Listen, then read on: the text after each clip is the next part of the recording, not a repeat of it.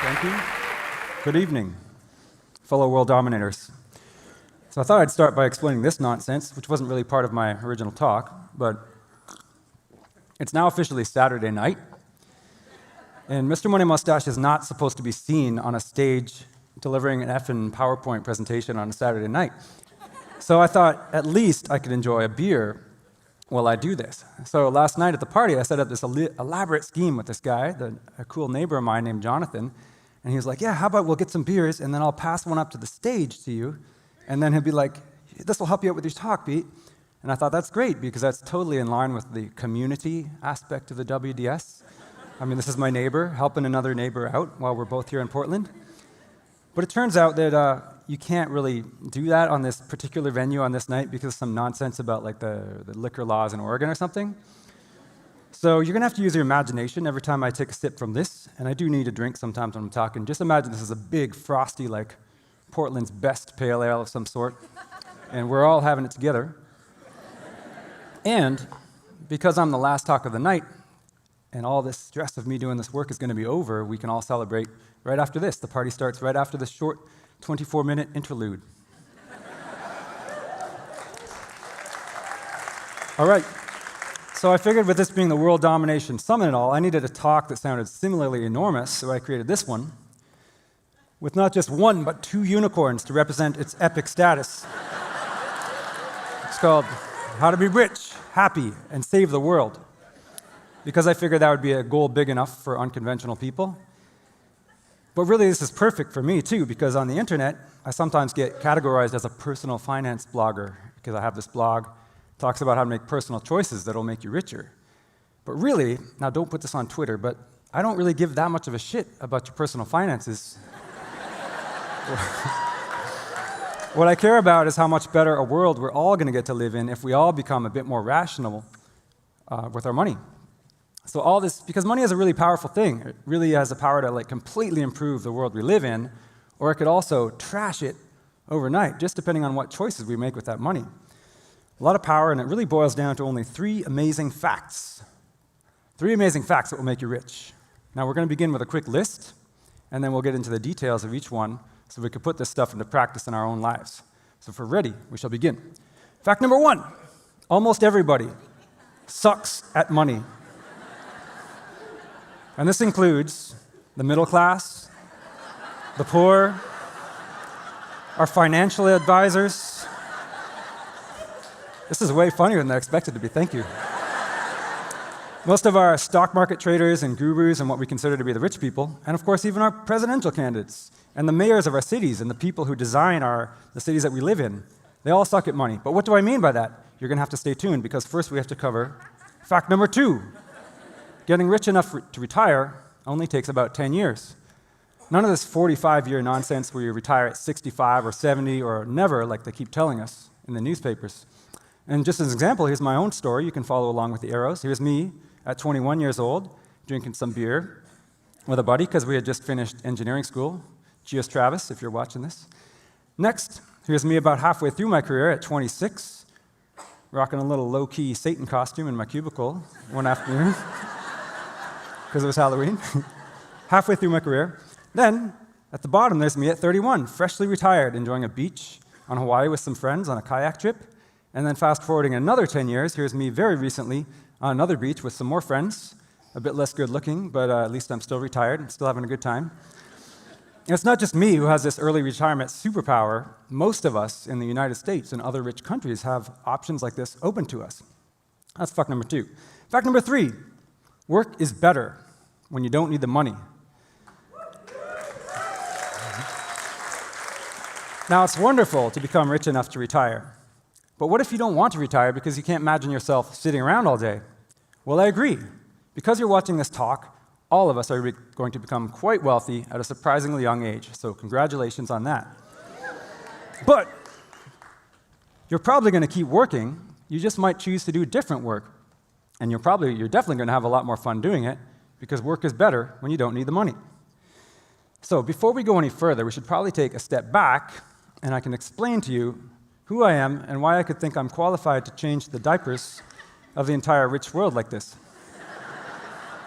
On the internet, my name is Mr. Money Mustache, And these days, I'm an accidental, part-time lifestyle guru and the leader of an ironic fake cult that is called Mustachianism. And 15 years ago, I had a dream. My girlfriend and I had been together for a while, and things were getting serious, and we were figuring we'd probably get married eventually, and we'd probably have kids eventually. But we both wanted to be free from the need to work before our first baby was born. I wanted to be a super dad. I've always idolized the idea of a super dad, and she wanted to be a super mom. Now, luckily, we both grew up in Canada, so nobody had told us that this is actually impossible. So we did it. We took the 10-year path to early retirement. I graduated, got a job, worked really hard, rode bikes, rode my bike to work, drank beers, fixed up my house, learned about the stock market and investing, and was able to retire just before my 31st birthday, and not too long after, our baby boy was born. So, the goal was reached. I was a super dad. We were both super parents. We played together as a family on the weekends, but also on the weekdays. We went on all these big trips together. I read my little son hundreds of big books. I taught him how to read and how to ride bikes, and later music and math and physics and all this stuff. It's been a great dream. It's been a wonderful 10 years together, and now we have this awesome little 10-year-old guy. But it still wasn't very easy, because it turns out that raising a kid is surprisingly hard. Who knew? And I can imagine that raising more kids is correspondingly harder. But shit, we were sure glad we didn't have to commute to 2 office jobs and perform in these mega software careers at the same time as trying to do all this stuff. But meanwhile, so all this was going on, and instead of the 10-year path to retirement, our friends and former coworkers were on a completely different path. They were on the 10-year path to still Brokesville. And that goes something like this. You graduate with huge student loans, and then you get your first job, then you buy your first car, but it's a brand new one, so you buy it on credit, and then you go out to Friday night happy hour every Friday, and you go out to lunch every day, and you spend hundreds of dollars every time. Eventually, you might meet somebody special, so it's time to get married, and you spend $25,000 on a wedding. Then you buy your first house with almost no money down, because who could ever save up $25,000 for a down payment? Then later, you have to upgrade your house, and then later upgrade your car to a bigger one with a bigger car loan, and along the way, you're probably getting yourself some nice treats like $2,500 road bikes and $3,000 mountain bikes. And before you know it, you're 30 years old, and then 35 years old, and 45 years old, and you still have no money. And this might sound pretty familiar because it's what everybody does. This is a standard definition of a prosperous American middle-class life. Pardon me, let's all have a drink.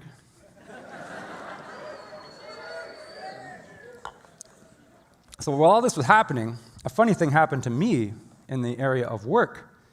And that strange thing is that I kept doing it. I mean, I worked all those years in the cubicle so I could escape the cubicle. But once I retired, it only freed me up to do stuff I love to do even more. In my case, that was carpentry and building houses. So I started this small house building company, and then I ran that until it wasn't fun anymore. And then more recently, I built my own house, which is this one in the picture, and that was extremely fun. So I'm going to keep doing stuff like that forever.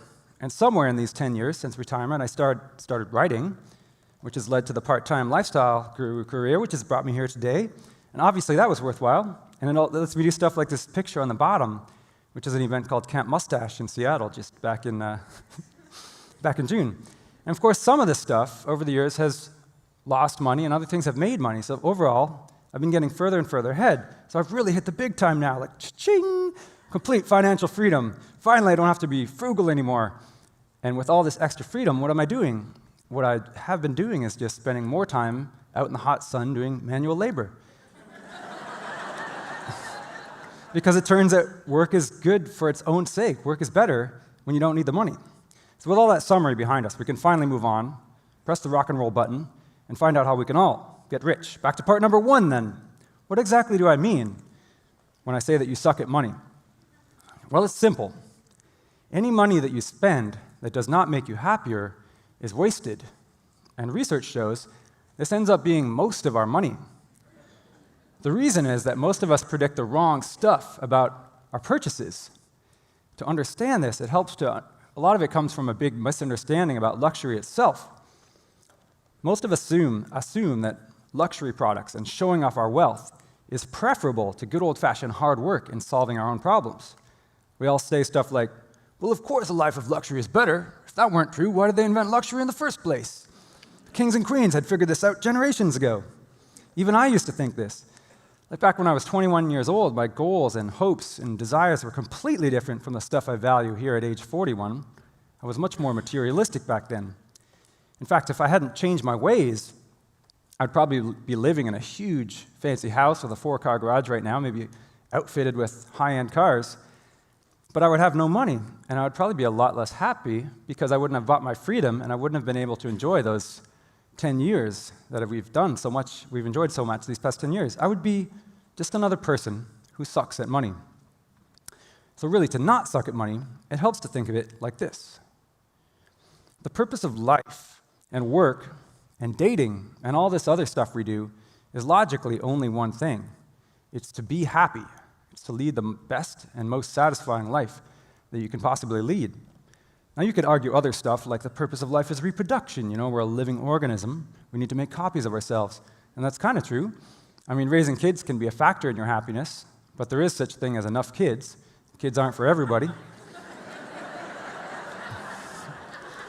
You could also argue that just thinking about yourself is selfish, and you should help other people. And this is true.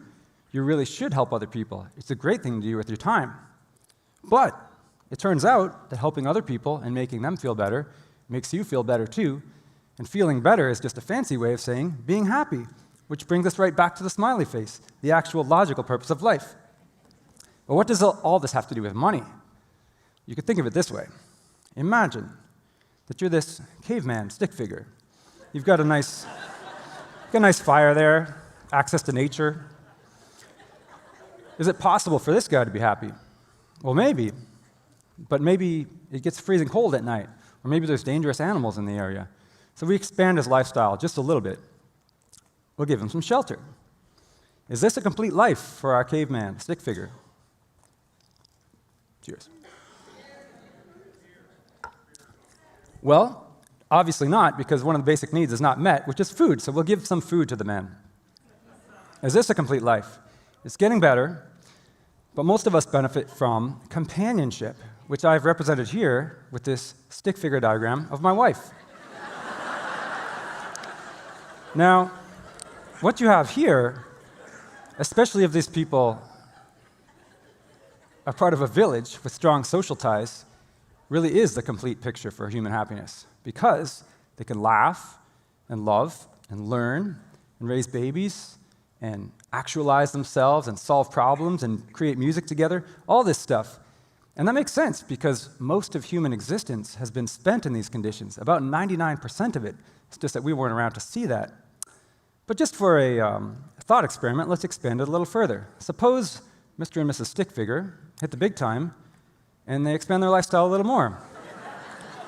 So now they've got a nice symmetrical mansion with a Bentley and a Mercedes and a fountain there. Are they happier now that they've left the village of the sick people? Well, maybe, but maybe not, because they've probably severed a lot of social ties when they moved out to the country like this. But just to keep going, let's see if we make things a little better for them. What if they get a few more Bentleys, a few more Benzes, and some butlers to help out with all the hard work of maintaining this compound? Does this make them happier now that they have to put less effort into their lives? And if so, we should probably add a bed, because what could be better than lying in bed and having everybody serve you stuff and you could just gaze out at your luxury empire? And if that's better, we should probably add a bedpan and a catheter as well. Because what could be better than lying in bed all day and never even having to get out of that bed? And we could add a big TV so you could watch the world go by as you lie there. Now, hopefully, at some point, this fantasy broke, even though it's getting a little bit close to American life. And that's because adding more fancy shit and taking away effort from your life is not the path to a better life. And the reason is that effort and learning and all this other stuff that we've figured out by studying it in recent decades is really the stuff that makes us happier. Now, if you check out this next slide, I've put these things into hexagons so they look scientific. These are the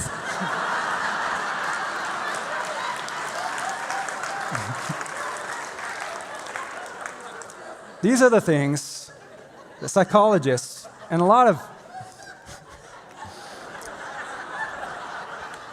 Thank you, guys. This is going way better than I expected.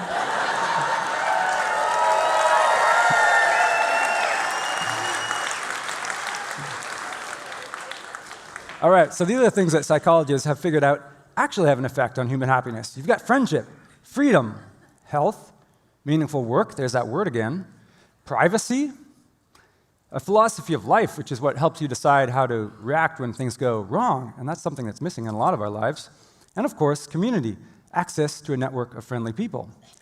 And as it turns out, all of these scientific hexagons were covered way back here in the village of the stick people, because they could laugh and learn and solve problems and have relationships and all that. And meanwhile, whenever I show up in the news, poor old Mr. Money Mustache, everybody starts complaining. They're like, that guy's crazy. I could never lead a life like that. Hardcore frugal. I hear they try to live on $25,000 a year. They must be using like leaves and rocks for their toilet paper, which is obviously nonsense. I mean, here's a picture of me enjoying my brand new spatula and frying pan in this badass kitchen that I got to make myself. This is way more than the stick people have, and that's the whole point. Because even a life at the bottom of the US spending scale is still way more than enough to be happy, as long as you spend it on the right stuff.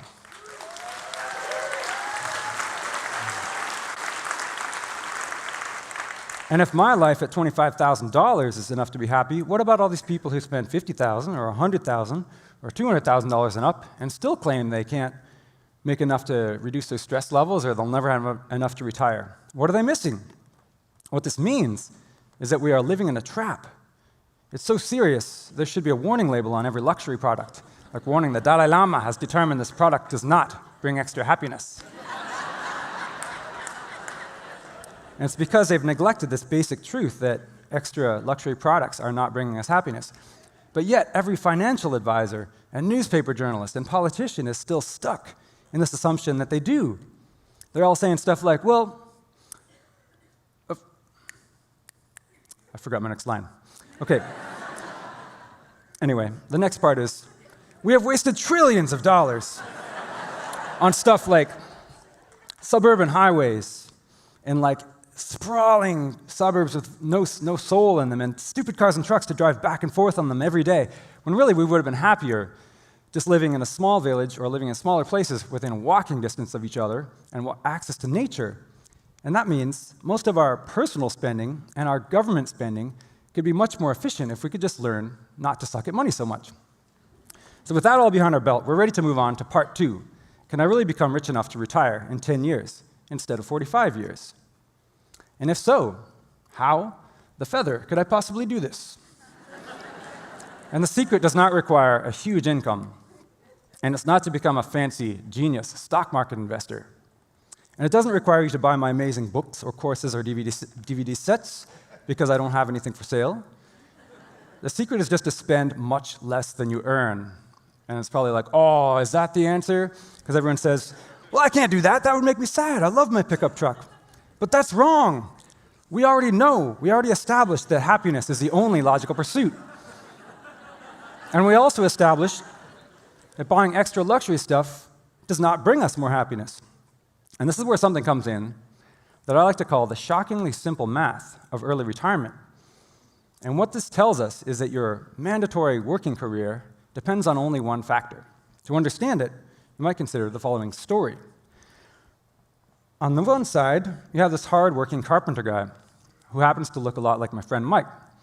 Now, Mike works hard and part-time and maybe brings in about $40,000 a year. And he has a happy life that costs him about $36,000 a year, which leaves him saving $4,000. On the other side, we have a wealthy doctor guy named George. George brings in $400,000 a year, but because he has a doctor lifestyle, it's very expensive. He has a giant house, a fleet of Lexus SUVs, golf club memberships, and so on. But he doesn't manage to spend all of it, and still there's $40,000 left over at the end of each year, 10 times as much as Mike is saving. Given this information, which one of these two guys do you think would be wealthy enough to retire, assuming they want to continue living their same lifestyle after retirement? The surprising answer is they would have the same retirement date, exactly the same. How could this be? Well, to understand that, it helps to take a look at this next graph, which is my favorite retirement calculator, or prison sentence calculator, straight off my website. And as you can see, it's a long list of bars that start out huge on the left and slide nicely down as you move to the right. Now, this is a graph of how long you have to work.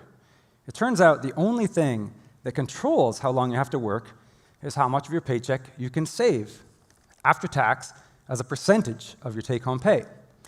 Now, if you look carefully, one of these bars says United States on it, and it's at around 6%.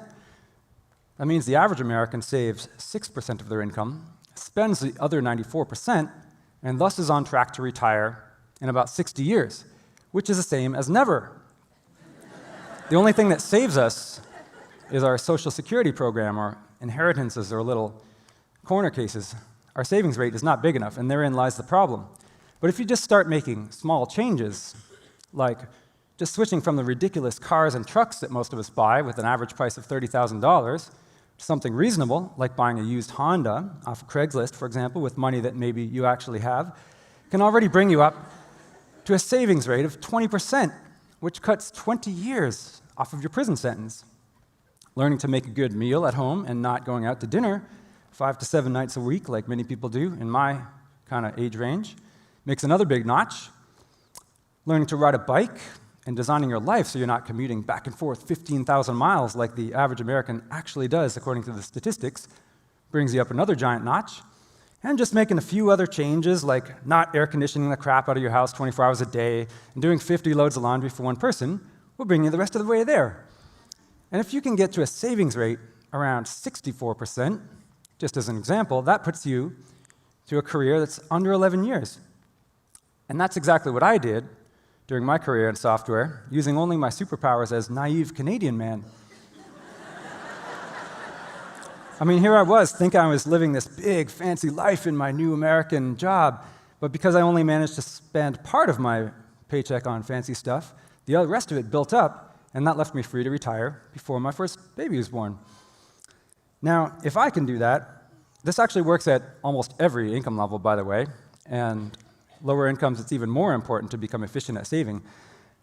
But it's almost effortlessly easy for those of us with higher incomes. And yet somehow, the higher income people are still almost as broke and stuck working almost as long as those of us with average incomes. So if you got all that down pat, you're finally ready for part 3. We're on the home stretch. Work is better when you don't need the money. Now, it's wonderful to become rich enough to retire, as I said.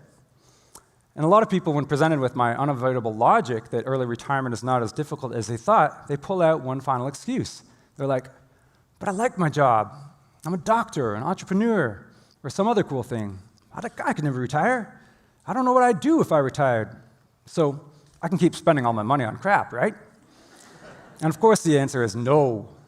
You ignore Mr. Money Mustache's advice at your own peril. Because no matter what your job, it gets way better if you don't need the money. I mean, put it this way. What if you woke up tomorrow and found $1 billion sitting next to you in a bag on the hotel bed? Would you change anything about your job? Maybe at least award yourself 3-day weekends or flexible work hours? Or would you consider saying yes if your favorite sister or your best friend called you up and invited you on a life-changing 3-month vacation and you had to take off quickly? If you're an entrepreneur, would you consider maybe being a bit more innovative with your company or treating your employees or your customers a little bit better? Well, it really depends on how much you love your work, because we're really talking about 2 different things when we talk about work and money. The purpose of work is to create. It is to fuel your soul, whereas the purpose of earning money is to have enough money. How much is enough? Well, enough to max out your happiness. After that, getting any more money will not make any difference in your happiness. Now, the good news is this is not the death bell of your career. It's more like the birth announcement. Because if you're still working when you don't need the money, you have no choice but to do that work truthfully. Almost done. Now, I like to call this concept authenticity. And it's the most powerful form of marketing. You can put that on Twitter if you want. It is, your customers can smell it a mile away. And that's how I feel about this guy. I mean, if people sense that you're not sucking every last dollar out of every transaction when you're conducting business with them, and you don't really even seem to care about making too much money on them, they come to realize, holy shit, this person is doing this out of love. And that's how I feel about the guy in this picture, Elon Musk. Because Elon, yeah, right on. Elon had over $165 million in cash when he sold PayPal back in 2002. The guy was like 31 years old then, and that's about the same age I was when I quit my career as a software engineer with obviously much less money. Now, $165 million is more than enough money to do whatever you like for the rest of your life in style. Like Elon could be floating around in a jet-powered hot tub filled with attractive people like sipping martinis and looking down at us right now over the cloud tops.